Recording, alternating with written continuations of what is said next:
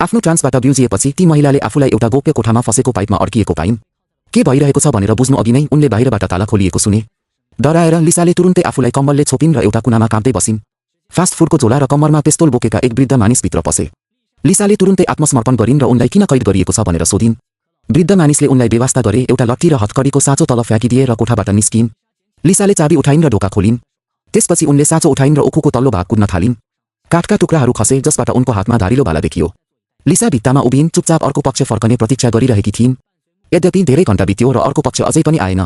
खरायोलाई बाहिर निकाल्न जादुई मोती प्रयोग गर्ने उनको योजना काम गर्दैन भन्ने महसुस गर्दै उनले सर्पलाई बाहिर निकाल्ने एउटा चलाकीपूर्ण तरिका अपनाए। उनले तुरुन्तै भेन्टिलेसन पाइप खोलिन्, लगभग 2वटा काम नलाग्ने सलाई निकालिन्, तौलियामा आगो लगाइन् र भेन्टिलेसन पाइपमा राखिन्। गोप्य कोठा तुरुन्तै धुवाले भरियो र त्यही क्षणमा ढोका बाहिर ताला खोल्ने आवाज सुनियो। जब लिसा बिउजिन् उनी अझै पनि त्यही गोप्य कोठामा थिइन्, तर यसपटक ढोका खुला थियो। लिसा छिटो बाहिर गइन् र पानी र खानाको ठूलो भण्डार देखेर छक्क परिन्। त्यसपछि उनले एउटा कुनामा एउटा मान्छेलाई देखिन्। उनले केही बुझ्नु अघि नै वृद्ध मान्छे उनको नजिक आएर सबै कुरा व्याख्या गरे। उनले उनलाई भने कि पृथ्वीमा परिहरूले आक्रमण गरेका छन् र हावा अब मानिसहरूको लागि उपयुक्त छैन। त्यसैले उनले यो लुकेको खजाना बनाएका थिए। त्यो मान्छे त्यही थियो जुन उनले बाहिर फेला पारेकी थिइन् र लिसाको कार दुर्घटनामा मृत्यु भएको थियो। उनीहरूलाई पक्राउ गरिसकेपछि उसले तिनीहरूलाई पनि फिर्ता ल्यायो। त्यसपछि उसले लिसा र अर्की महिलालाई बाहिर बोलायो र उनीहरूलाई डिजिमोनको बैठक कोठा देखायो। त्यहाँका सुविधाहरू पहिलेभन्दा धेरै थिए, विभिन्न प्रकारका ट्याब्लेटहरू, पुस्तकहरू र सबै प्रकारका घरायसी उपकरणहरू सहित। स्पष्ट रूपमा वृद्ध मानिसले सर्वनाशको लागि पर्याप्त तयारी गरिसकेको थियो। यद्यपि लिसा अझै पनि शङ्कालु थिइन्। वृद्ध मानिसले उनको शङ्का महसुस गरे र उनलाई डिजिमोनको प्रवेशद्वारमा लगे। 2 कडा बन्द फलामका ढोकाहरूले तिनीहरूलाई बाहिरी संसारबाट पूर्ण रूपमा अलग गरे। वृद्ध मानिसले पहिलो फलामको ढोका खोल्यो र लिसालाई भित्र जान दियो। झ्यालबाट उनले बाहिर केवल मौनता देखिन्। उनले तुरुन्तै कार चिनिन्, यो त्यही पिकअप ट्रक थियो जसले उनको दुर्घटना गराएको थियो। पहिले नै शङ्कास्पद भएकी लिसाले वृद्ध मानिसलाई विश्वास गर्ने आँट गरिनन्। यद्यपि उनको हालको अवस्थालाई ध्यानमा राख्दै उनले कुनै हतारमा चाल गरिनन्।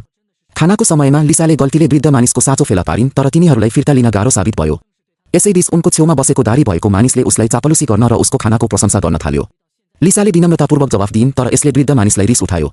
विवेकी लिसाले तुरुन्तै महसुस गरिन् कि उनी ईर्ष्यालु छन्, त्यसैले उनले आफ्नो प्रयासलाई तीव्र बनाइन्। तपाईँ वास्तवमा के गर्दै हुनुहुन्छ मलाई थाहा छैन। म खुर्सानी माग्दैछु। हुँदैन। त्यो के थियो? तिमी के कुरा गर्दैछौ मलाई थाहा छैन प्याट्रिक। के तिमी मलाई अपमान गर्न खोज्दैछौ? बुढो मान्छेले उनलाई भित्तामा ठोक्काएर कुनामा धकेलेर आफ्नो बङ्करमा प्रेम गर्न निषेध गरिएको घोषणा गर्यो। बुढो मानिसले रिसाउन लागेको देखेर लिसाले तुरुन्तै माफी मागिन् र फेरि यस्तो नहुने बाचा गरिन्। यो सुनेर बुढो मानिसले लिसालाई जान दियो। उसलाई थाहा थिएन कि लिसाले रिसाएर पहिले नै चाबी लगिसकेकी छिन्। तर अचानक माथिबाट ठूलो इन्जिनको आवाज सुनियो। लिसाले मौकाको फाइदा उठाउँदै एकै प्रहारमा वृद्ध मानिसलाई भुइँमा पछारिन्। त्यसपछि छिटो छिटो बङ्करको निकासतिर दौडिन्। ढोका खोल्ने बित्तिकै बुढो मान्छे उनी कहाँ पुग्यो। लिसाले अन्तिम क्षणमा पहिलो फलामको ढोका खोलिन्। अनि ठिक त्यही क्षण जब उनी दोस्रो फलामको ढोका खोल्न लागेकी थिइन्, अचानक मैले बाहिर एउटा सानो कार पार्क गरेको देखेँ। यस्तो लाग्छ कि संसारको कुनै अन्त्य छैन। त्यहाँ अझै एउटा मानव जीवन बाँकी छ। त्यसैले उनले आफ्नो स्वास्थ्य लाभको गति बढाए। अचानक ढोकामा एउटी वृद्धा देखा परिन्। लिसालाई भित्र आउन आग्रह गर्दै। यसले लिसालाई नराम्रोसँग डरायो। एक अर्कालाई हेर्दा उनी पूर्ण रूपमा अलमल्लमा परिन्। उनी के गर्ने भनेर बुझ्न सकेनन्।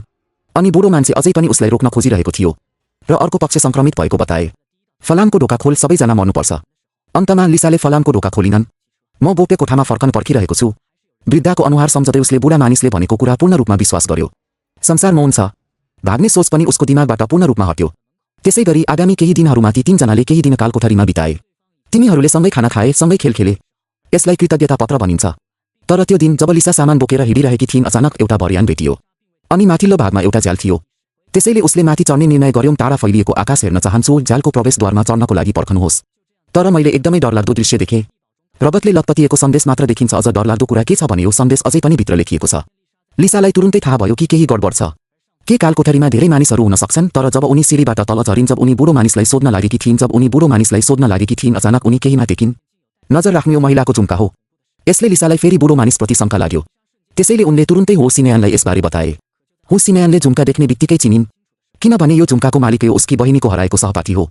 लिसाले अनायासै बुढो मानिसको किताब निकालिन्, किनभने त्यसमा एउटी केटीको तस्बिर थियो। लिसाले हो सिमेयानलाई फेरि पुष्टि गर्न भनिन्। पर्खनुहोस्, त्यो हो, उनको नाम ब्रिटेनी हो। मलाई त्यो याद छ। उनी मेरी कान्छी बहिनीसँग हाई स्कुल पढ्थिन्। यो खबर जताततै फैलियो। धेरैजसो मानिसहरूले उनी सहरबाट भागेकी ठाने। उसले मलाई भन्यो, मेरो अनुहारमा भन्यो कि यो उनकी छोरी हो। उसले भन्यो यो म हुँ। यस बिन्दुमा दुवै पुरुषले महसुस गरे कि वृद्ध मानिसले केटीलाई कैद गरेर हत्या गरेको हुनुपर्छ। जब उनले यो महसुस गरे, उनले चुपचाप नबस्ने र पर्खने निर्णय गरे। साझदारी भएको मान्छेले गोप्य रूपमा कैची आफ्नो शरीरमा लुकायो। त्यसपछि कैची प्रयोग गरेर प्लास्टिकको बोतल काटेर एउटा साधारण मास्क बनाइयो। अनि लिसाले आफ्नो विश्वविद्यालयले छनौट गरेको सिलाइ कक्षा प्रयोग गरी खजाना जोगाउन 2 सुरक्षात्मक कपडाका वस्तुहरू बनाउने तयारी गरिन्। तर जब तिनीहरू आफ्नो काम पूरा गर्न लागेका थिए अचानक वृद्धले सबैलाई बोलाएर बाथरुममा ठूलो बाल्टिन लैजान भने। के तिनीहरू दुवैलाई थाहा छ त्यो के हो? यो मानिसको सम्पर्कमा आउने सबैभन्दा जैविक पदार्थ हो, हड्डीभन्दा पनि बढी। यो सुनेर दुवैजना धेरै डराए। हो सिमेयनले बुढो मानिसलाई सोधे कि उसको मतलब के हो, अनि बुढो मान्छेले लुकाउन छोड्यो। थाहा भयो कि उसले पहिले नै हो सिमेयन र लिसालाई खजाना लिएर भागिरहेको देखेको थियो। हो सिमेयनको मुद्दाको पर्दाफास भयो। लिसालाई जोगाउन उसले भाग्न चाहेको कुरा बताए।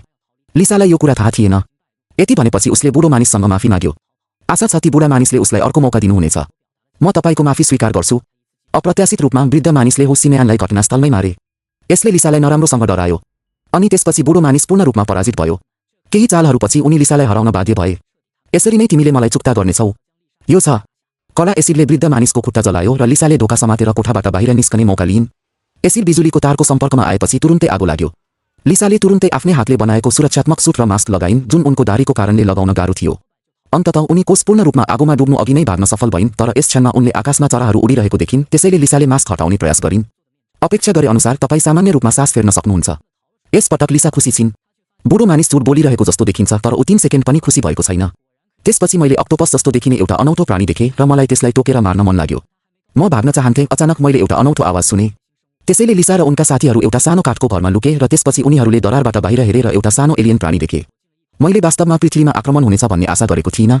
जब त्यो अनौठो सानो प्राणीले कुनै पनि मानिसलाई घरबाट बाहिर निस्केको देखेन, लिसाले सानो काठको घरबाट भाग्ने प्रयास गर्ने साहस बटुलिन्, तर उनी केही पाइला पनि दौडन सकिनन्। एलियन अक्टोपस फेरि देखा पर्यो र ठूलो मात्रामा विषाक्त ग्यास छोड्यो। लिसा र उनका साथीहरूले मास्क उठाएर फेरि माथि तान्यो। यो विषाक्त ग्यासको आक्रमण थियो। तर यस क्षणमा त्यो अनौठो सानो प्राणी अचानक देखा पर्यो र लिसा डराएर छिटो पिकअप ट्रकमा लुके। अनि त्यो सानो एलियन प्राणी बाहिर आयो। रक्तचुस गर्नेको विशाल मुखले अचानक लिसाको मुखौटा खोस्यो। एलियन अक्टोपसले लिसाको लुकेको पिकालाई पनि फ्याँकिदियो र त्यसपछि उसलाई कारबाट निस्किएर निल्न तयार भए जस्तै गरी उसको विशाल रक्तचुस गर्ने मुखमा धकेलिदियो। यस महत्त्वपूर्ण क्षणमा लिसाले एउटा लाइटर भेट्टाइन् र कारमा 8+1 को बोतल थियो, त्यसैले उनले तुरुन्तै जलिरहेको बोतल बनाइन्। लिसा सुरक्षित अवतरणको लागि पर्खनुहोस्। त्यसपछि एलियन अक्टोपस टुक्रा टुक्रा भयो र उनले अन्ततः सास फेरे। त्यसपछि उनले आफ्नो छेउमा कार रोकिन् र छिटो छिटो घटनास्थलबाट भागिन्, तर त्यतिबेला सडकमा कोही पनि थिएनन्। जब लिसालाई लाग्यो कि उनी पृथ्वीमा एकमात्र बाँकी छिन्, रेडियोमा कारको आवाज आयो र उनले यसको बारेमा सोचिन्।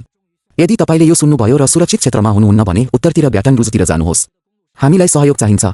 यस्तो अवस्थामा मानिसहरू उपस्थित हुन्छन्। लिसाले बोर्ड देखेर सहरको अस्पताल जाने निर्णय गरिन्। फिल्मको अन्त्यसम्ममा